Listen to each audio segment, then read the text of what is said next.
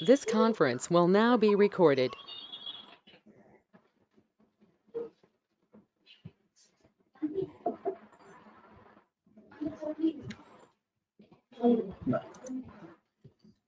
So in the previous session, we have discussed about the parameterized procedures. There we have discussed creating the procedures with parameters, and upon invoking the procedures, how can we pass the parameter values at runtime? We have discussed. Now today I want to create an Apex class, and inside this Apex class, I would like to create a method, and through that method means procedure. Either it may be procedure or function, we are calling it as method. It's a terminology different, that's nothing else. So now I want to create a method, so which should be used to create a hiring manager record inside this object. So how to create the hiring manager record at runtime? By passing the value at runtime. Okay, I want to pass the value at runtime. Based on the values which I have supplied at runtime, it should create a hiring manager record inside my object right now.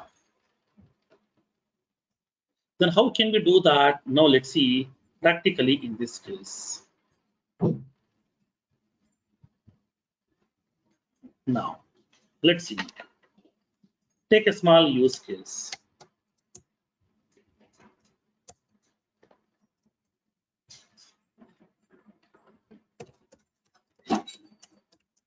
Create an Apex class to insert a new hiring manager record inside the object based on the details specified at runtime.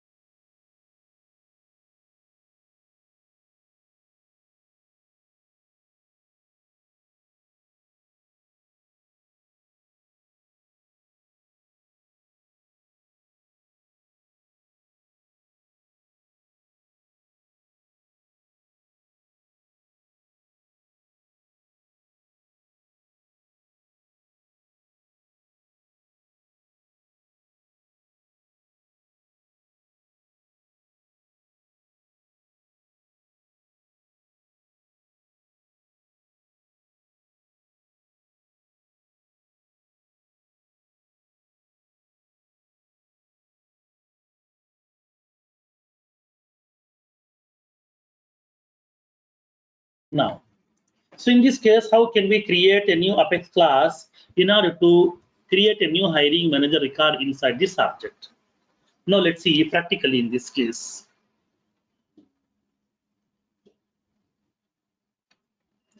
Now let me create an Apex class. So let me go to the developer console. So now I'm creating a new Apex class. I'm giving the name as hiring manager helper. I'm giving the class name as hiring manager helper.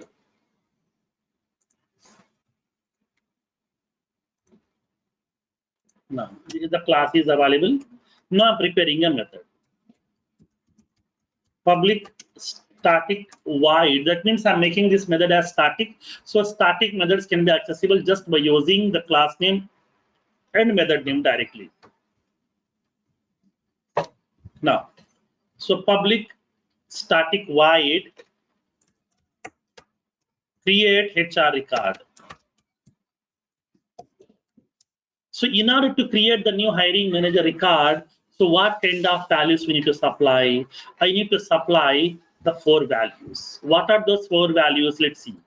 When you go to the hiring manager, upon creating a new hiring manager record, we need to supply 4 values. The first one is name of the hiring manager. contact number of the hiring manager, location name of the hiring manager, and the email ID. These are the 4 values we need to supply. So based on these 4 values, it will be creating a new record internally inside this. Now, upon passing this one, name will be of type what? String. Contact number is also string type. Location is also string type. Email ID is also string type. So that means we need to pass 4 values, all will be of type string. So that here I want to create the procedure, okay, which will be having that 4 parameters of type string. So in this one, I'm preparing 4 parameters, like a string HR name. You can give any name over here for the parameter, but please give the meaningful names. Next, second parameter will be email ID, HR email. Third parameter, HR phone number. Fourth parameter, HR city. Okay, 4 parameters I need to supply. 4 will be of type string type. So the first one is the name of that HR person. Second one is the email ID. Third one, phone number. Fourth one, city. These are the 4 parameters which we need to supply. Based on these values, I would like to create a new hiring manager record inside my object. So I'm going to be creating the hiring manager record. How can we create? We are going to be creating the object of the hiring manager class. So let me verify the hiring manager class details.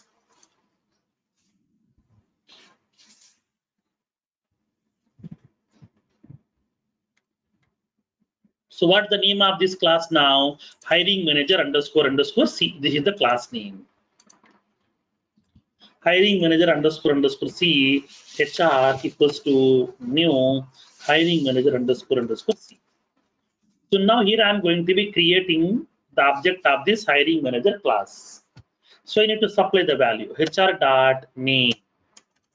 So where is that name value? The name value is already there in that HR name parameter here. That means what? We are passing the values to this procedure. Upon invoking this procedure, we have to pass the value. Those values will be storing inside this HR name parameter, email ID parameter, HR phone parameter, HR city parameter. So this value I want to place inside this name.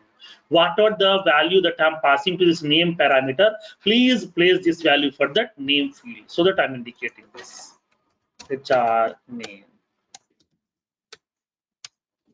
So now here I'm going to be assigning this value. I'm storing this HR name parameter value inside that name field. And then HR location. What is the parameter name? HR city parameter. So whatever the city value I'm supplying over here, please store the city value in the location field. And then HR dot email ID. So what is the parameter name? HR email. So whatever the email ID we have supplied at runtime to this HR email parameter, I want to store inside that email ID field. HR dot contact number. HR phone. So whatever the value that I have supplied for the HR phone parameter, this value should store inside this contact number. Once it is available, then I'm inserting this. Insert HR. And then we can verify the confirmation. If HR.id not equals to null, then I want to show the message system.debug hiring manager record ID is, I want to indicate that HR.id. That's it, over.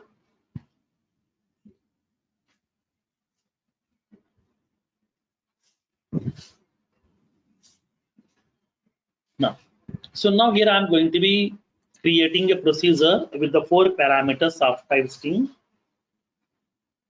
So in this case, what are the 4 parameter values I have supplied at runtime? Those values are storing inside these respective variables, and then these values I'm going to be passing to this hiring manager record field, so that we can able to pass the value for this field at runtime. We can create the new record. Then how can we do this one? Now let's see practically in this case.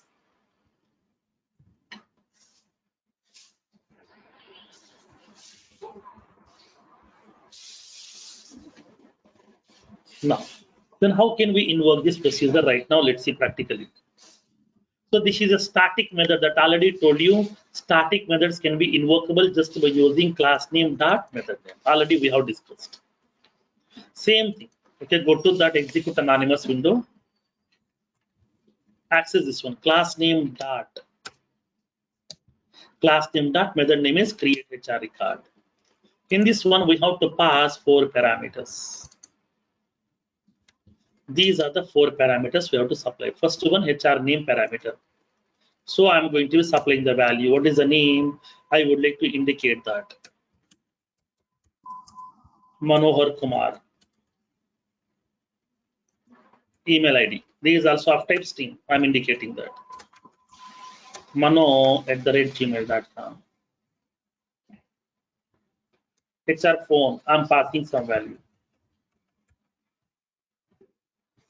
HR city. I'm indicating that like some phone.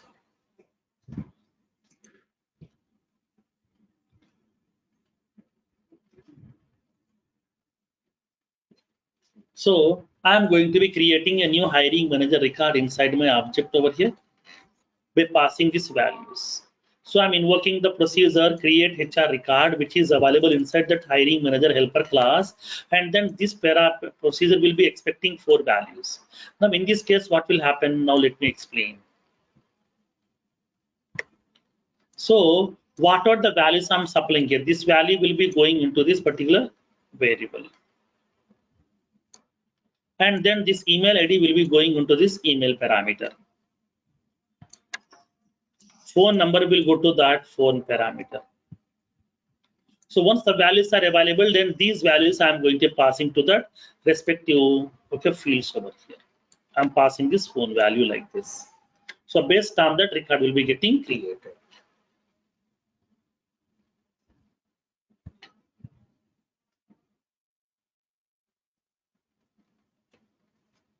Okay.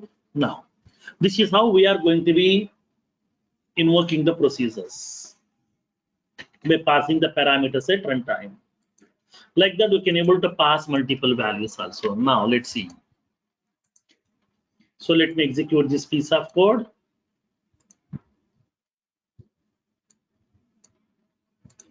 Click on execute.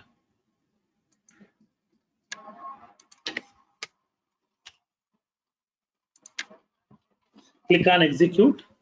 The request has been sent to the server. It is going to be passing these values, and with these details, a new record will be getting created. Go to the debug log file, select the checkbox debug only. So it is going to be giving the confirmation hiring manager record ID is. That means hiring manager record has been created successfully, and this is the ID.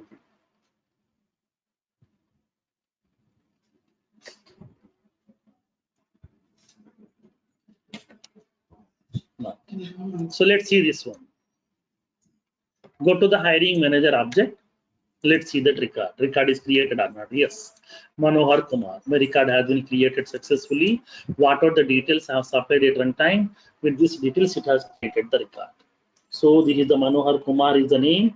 Location is Pune. Email ID, contact number. So what are the 4 values are required? We have supplied 4 values. With these 4 values, it has created a record over here.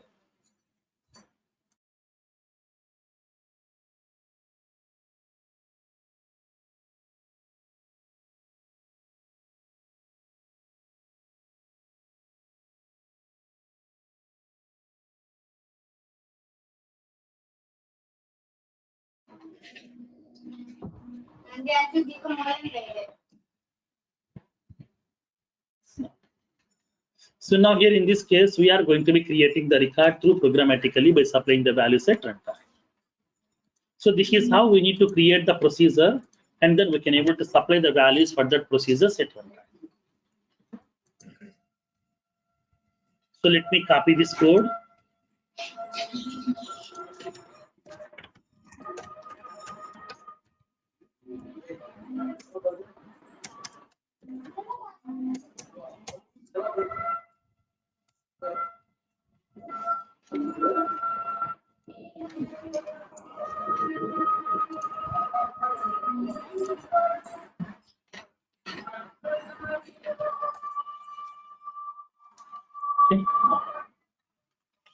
So this is how we are going to be creating the record inside this object. Okay, this is the concept of subprograms. Next one. The next concept is I'm going to be discussing about a small concept, SOQL queries.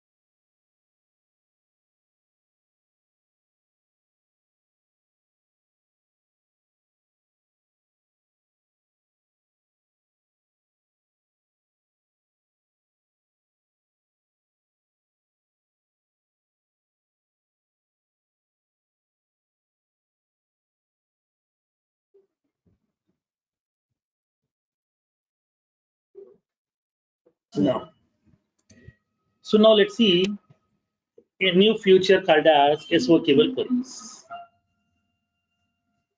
Excuse me, sir. Yes. When we started type of subprograms, we discussed about procedures, and the second type Function. is the functions. Yes. Is it So see, same? functions will be the next one. Functions will be the next one.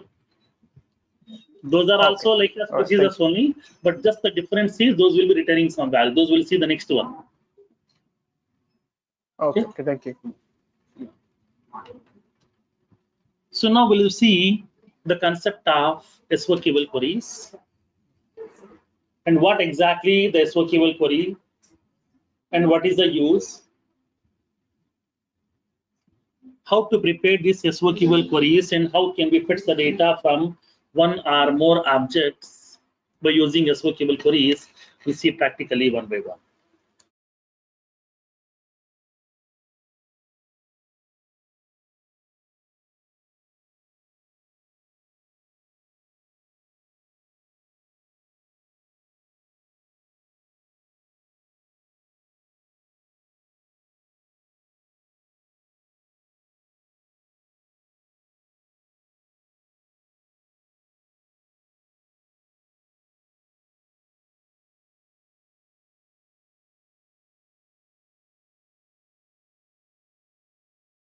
Now, so basically, SOQL stands for what? You know that.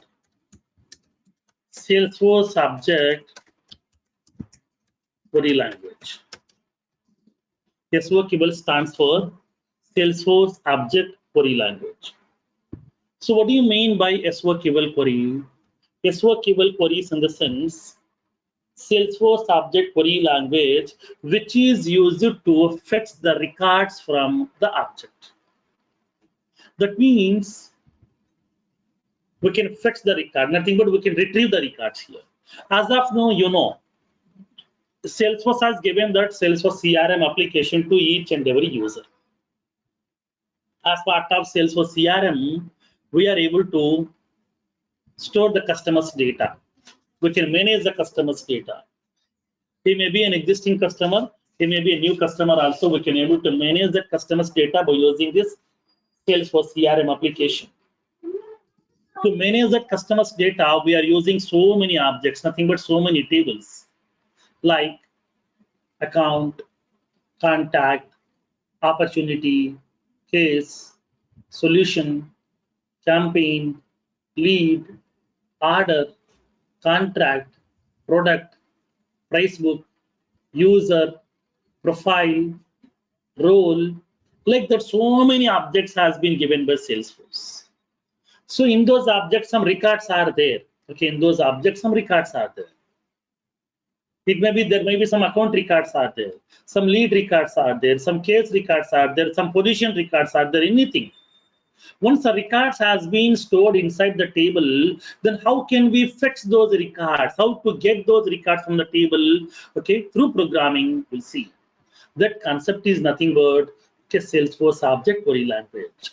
So now Salesforce object, because my records, my data is there inside my Salesforce objects. It may be standard, it may be custom, it may be combination, whatever, anything.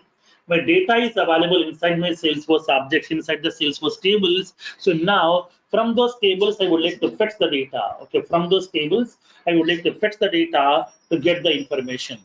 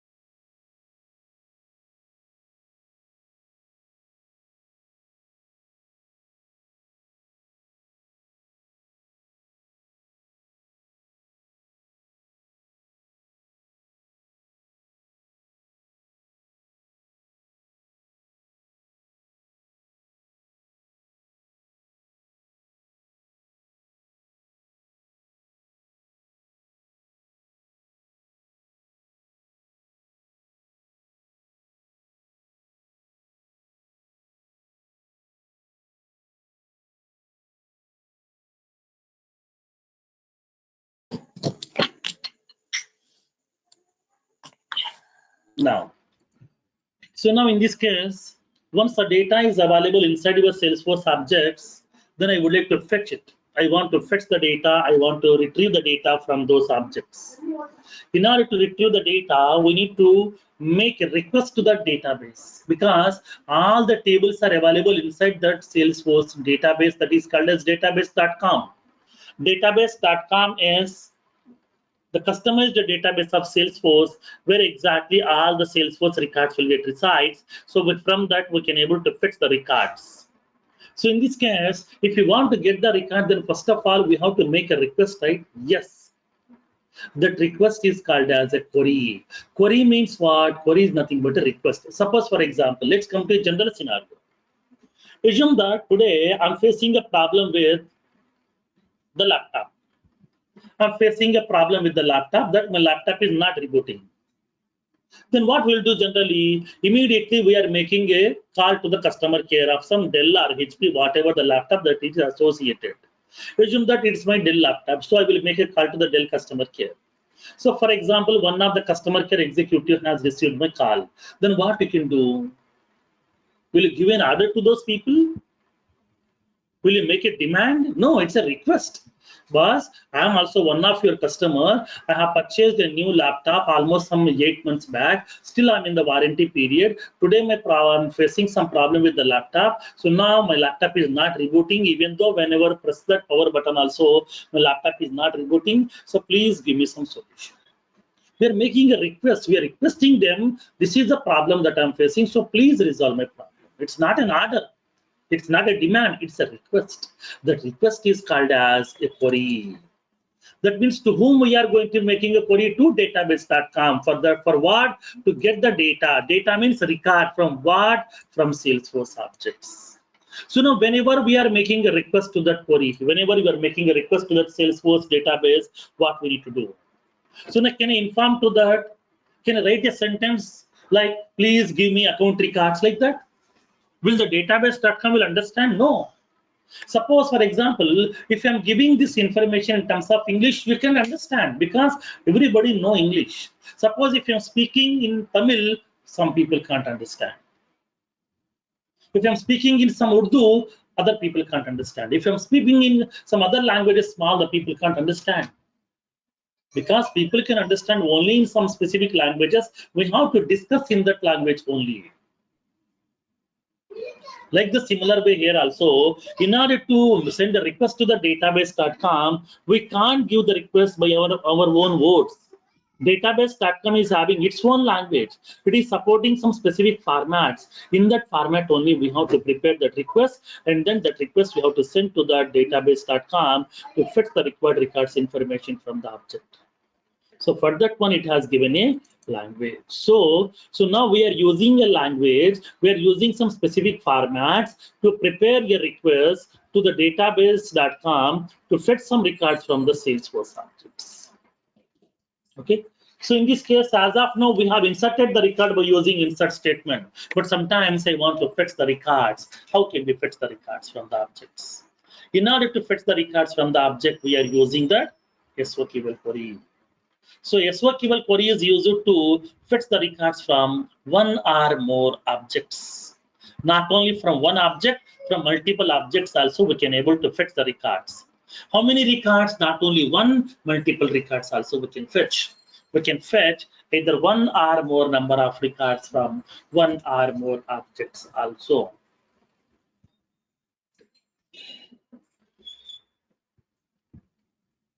So in this case, whenever you are fetching the data, we can apply the required conditions also, filters also.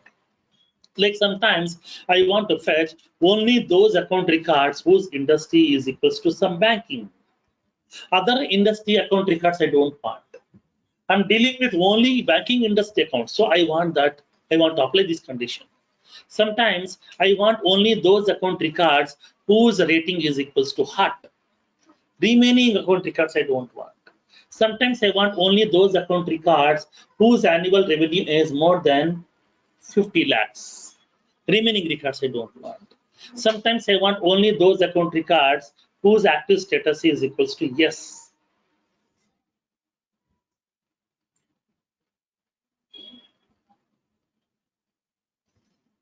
Now, so in this case, whenever we're fetching the data from the objects, we can able to make a request, and along with that request, we can able to add some conditions also.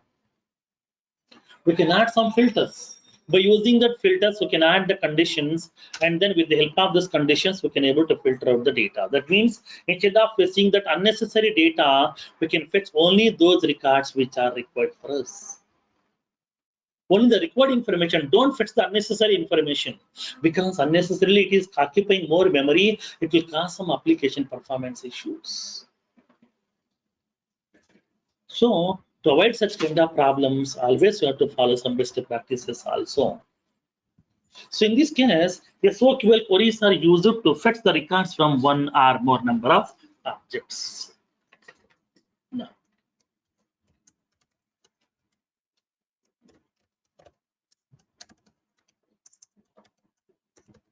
we can fetch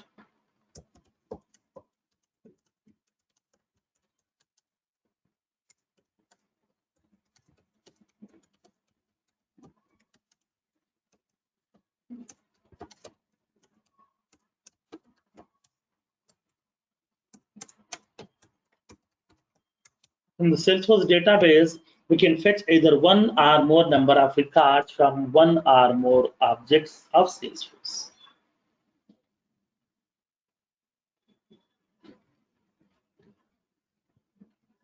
Now, in this case, upon fetching the records, we can add the proper conditions also to filter out the records. We can add one or more user-defined conditions to filter the records from the result set. From the result set, that means result set means what? What are the records has been given by database. What are the records has been given by database? Those records are called as record set. So these are the set of records which has been given by Salesforce. Those records you can able to filter it out with the help of by adding the proper conditions. That facility is available to you.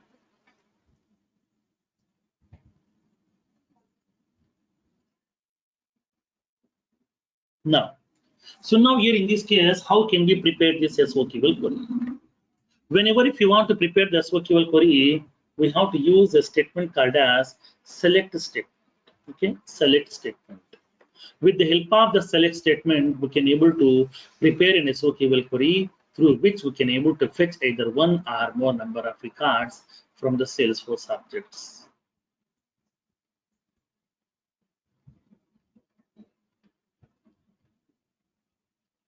Now, so now here in this case. So then how can we fetch the records by using select statement? Now, SOQL query should be prepared by using select statement.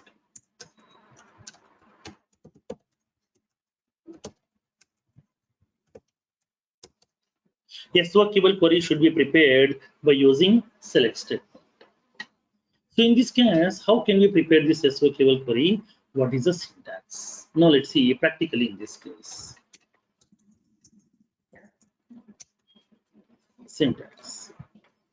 This syntax is very important because it is having a bit lengthy syntax, which is having some 4 to 5 classes are available, which are most important in the entry point of view.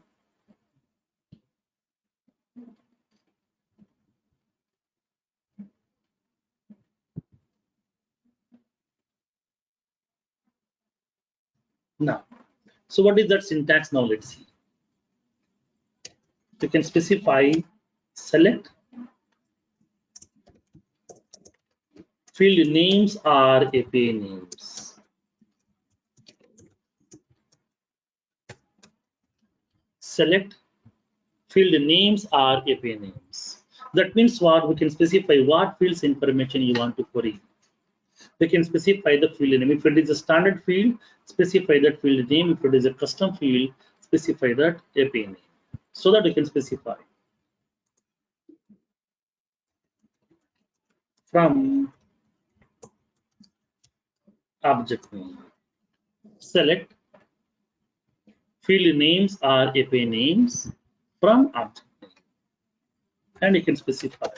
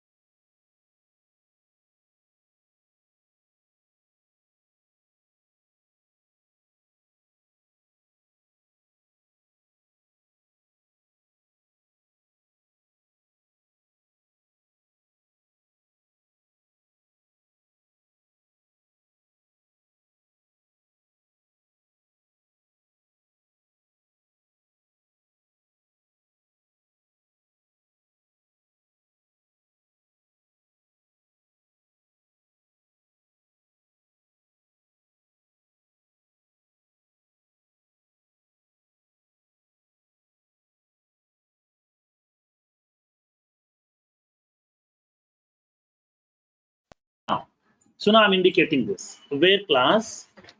So that means these are the conditions. So now here I'm indicating this inside the square braces. These are all our optionals where conditions.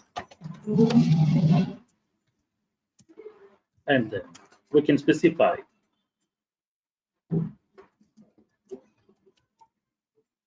group by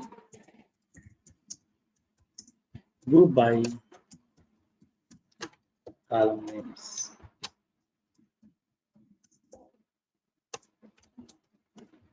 Having conditions. Order by column names.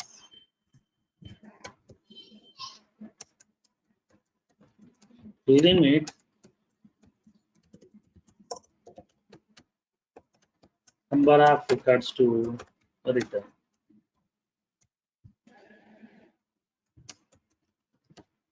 Offset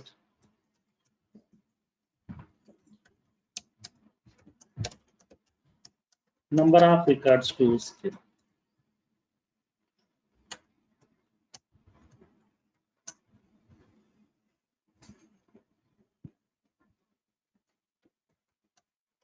All rows.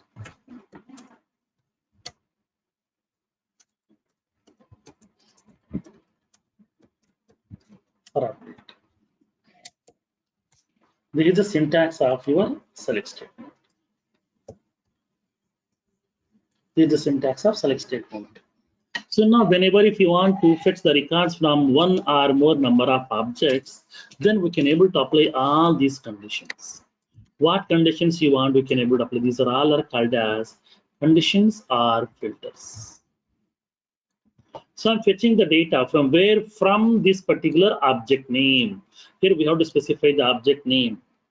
If it is a standard object, directly specify the standard object name. If it is a custom object, then we have to specify the API name, like as custom object name, like as position underscore C, hiring manager underscore C. Like that, we have to specify that object name, complete object name, that is including the post fixing with underscore C.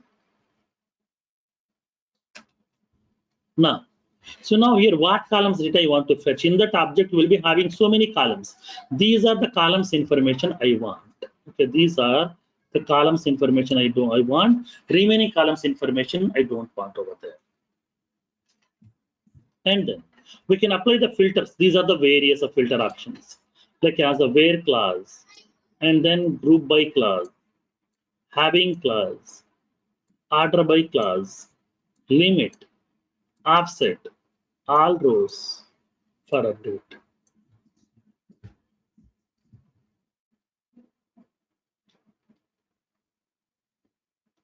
Now, so in this case, whenever you are going to be fetching the data from the object, you can able to add all these filters. These are called as filter condition. Depends upon your requirement, you can able to add one or more number of conditions also. Based on your application requirement, you can able to add one or more number of conditions also. That possibility is available.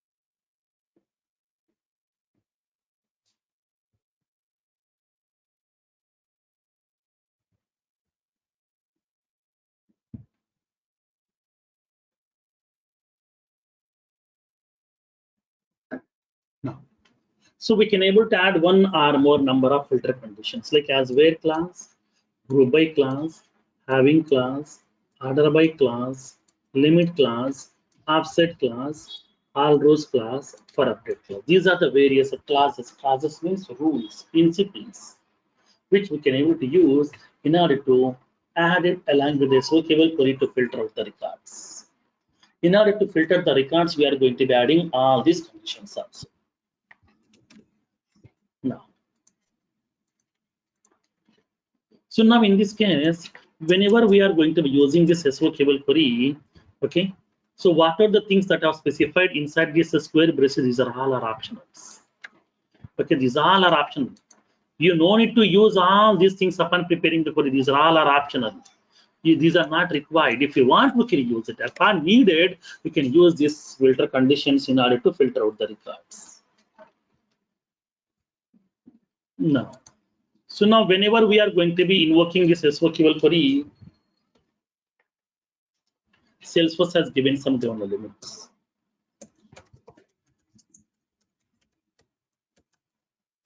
Governor limits.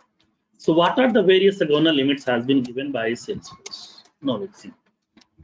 So now upon using this SOQL query to fetch the records, nothing but select statement to fetch the records, how many SOQL queries that we can use per transaction? For a single transaction, how many SOQL queries we can use?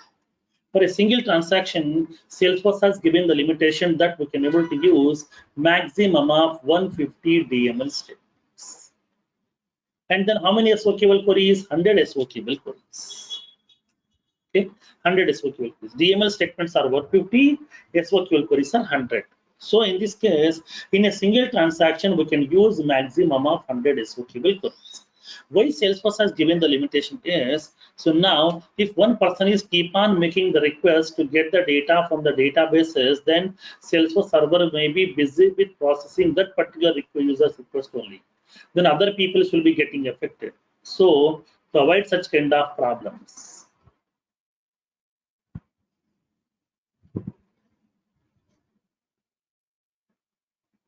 Now, to fetch the required records information, we are going to be using this SOQL queries, and then that too, upon writing this SOQL queries, upon using the SOQL queries, you have to cross-check the counter limits first.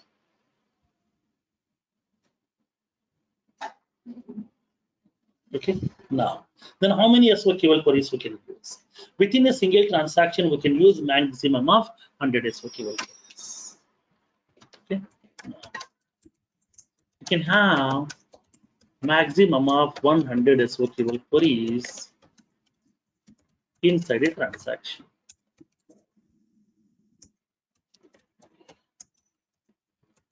In a single transaction, we can use maximum of 100 SOQL queries, not more than that. When I try to use 101 SOQL query, it will be giving this error message. Okay, too many SOQL queries 101. I'm giving the note point also.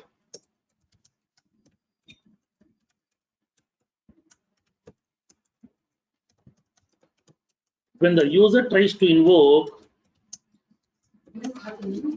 more than 100 SOQL queries, then Salesforce will raise an exception.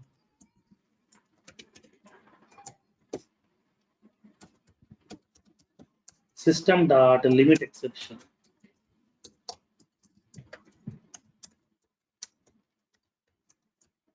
Too many SOQL queries 101. When the user tries to execute more than 100 SOQL queries per transaction, Salesforce is going to be raising an exception called as too many SOQL queries 101. Exception will be getting asked. That's what here they will raise a question. What is the exception 150? What is the exception 101? 101 means what? Too many SOQL queries. 151 means what? It's a too many daemon statements exception. Now, the second governor limit is, so now whenever I'm executing this SOQL query, how many records it can return maximum? That means each SOQL query returns how many records? How many records each SOQL query will return? Each and every SOQL query returns maximum of 50,000 records. Each SOQL query returns maximum of 50,000 records. That is the limitation given by Salesforce.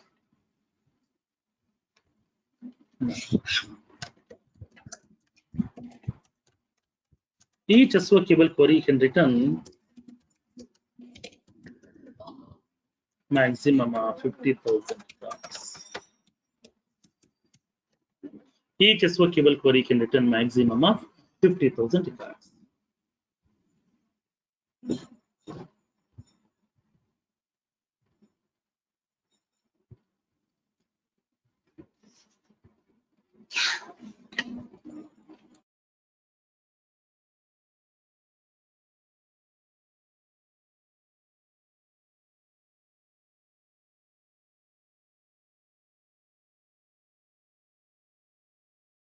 Excuse me, sir. Yes, tell me. What do you mean by transaction in the first point? Transaction in the sense, like for example, when you click on a button control, behind the screen it is executing some piece of business logic. That entire business logic piece is called as a transaction. Okay. Whenever once you click on any button control, it may be save button, it may be cancel button, it may be find button, it may be search button, it may be delete button, anything. So behind the screen, whatever the business logic is executing, that entire piece of business logic is called as a transaction. So in general word, in technical word, I can say transaction is nothing but a logical container which contains one or more operations inside it. Okay, transaction is a logical container which contains one or more number of operations inside this. In the next sessions, we are going to be discussing about some more details about the transactions also. Okay. Thank you, sir. Yeah. Next. Best practices. So upon using this SOQL queries, we have to follow some best practices. These are the basic principles. These are the basic principles we have to follow.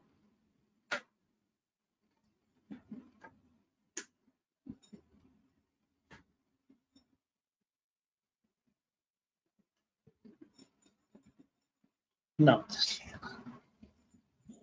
so now whenever we are going to be writing this SOQL queries, we have to follow some certain principles. So what are those principles we need to follow now? Let's see, because here we can't write that code in the blind format. We have to follow some standards. Now, to indicate that Salesforce has given some set of best practices. Now, the first best practice is whenever we are going to be using this SOQL query to fetch the data from one or more number of objects, then don't write any SOQL queries inside the for loop. So why? Because yes, if I'm writing an SOQL query within the for loop, if the for loop is repeating for 100 times, then fine. Suppose if the query is repeating for more than 100 times, then it will be hitting the governor limit. It will cross the governor limit, which will be giving the exception message to you. System.limit exception, too many DML statements,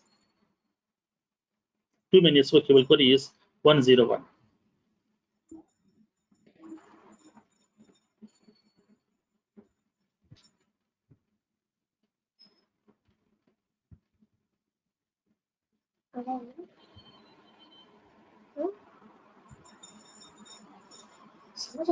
Now,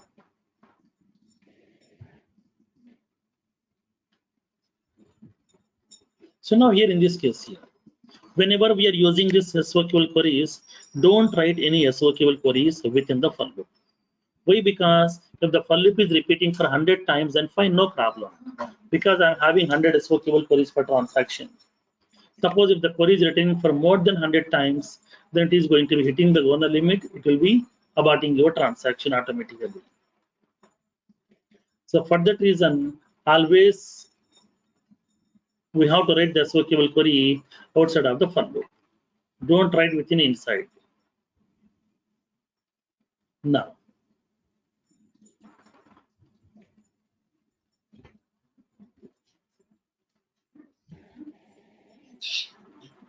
the next one. Now, let me give that note.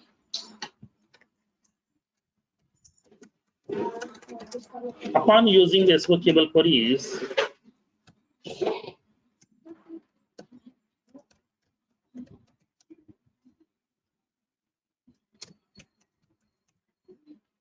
do not write the SOQL queries inside the for loop. Inside the for loop. Don't write any SOQL queries inside the for loop, because it will cause too many SOQL queries exception at any point of time.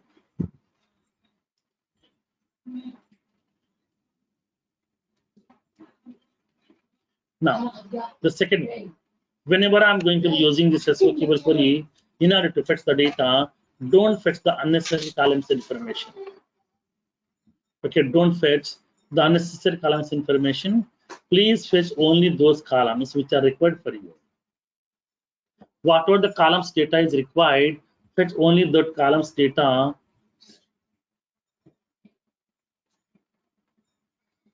from the object, and then remaining data we can leave it, no problem. Now, in this case,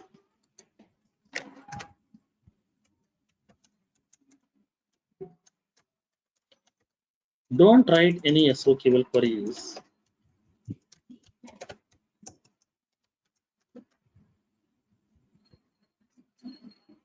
Sorry, don't fetch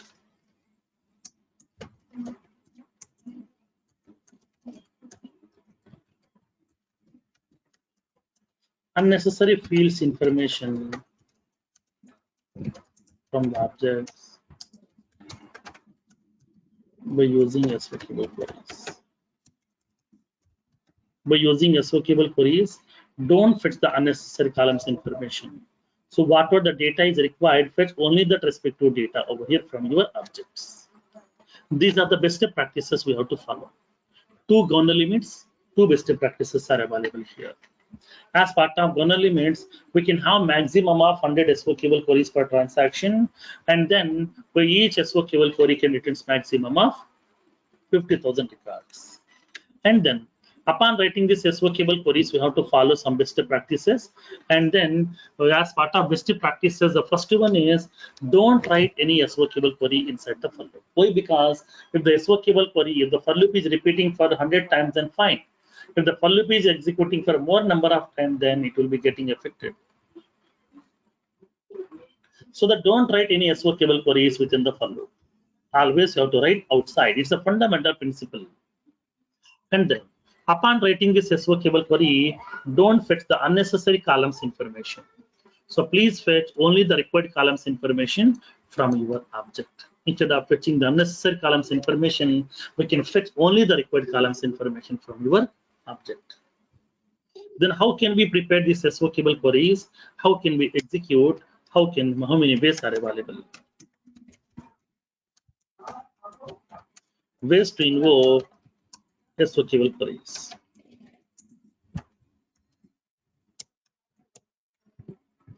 The first one, in order to invoke this SOQL query, the first way is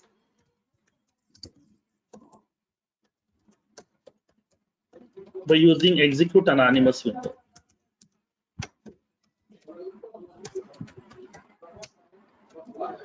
First one by using execute anonymous window. Second one by using Apex programming.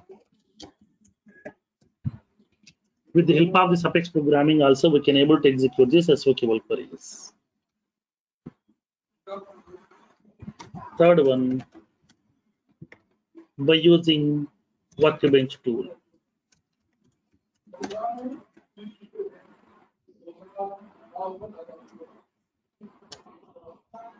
Now, so these are the 3 ways are available in order to invoke this SOQL queries.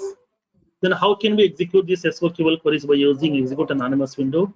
Apex programming, we'll see practically in tomorrow's session. The theoretical part of this SOQL query, how to go with the practical part, we'll see in tomorrow's session. Don't miss the tomorrow's session's practical part, that is most important. Okay.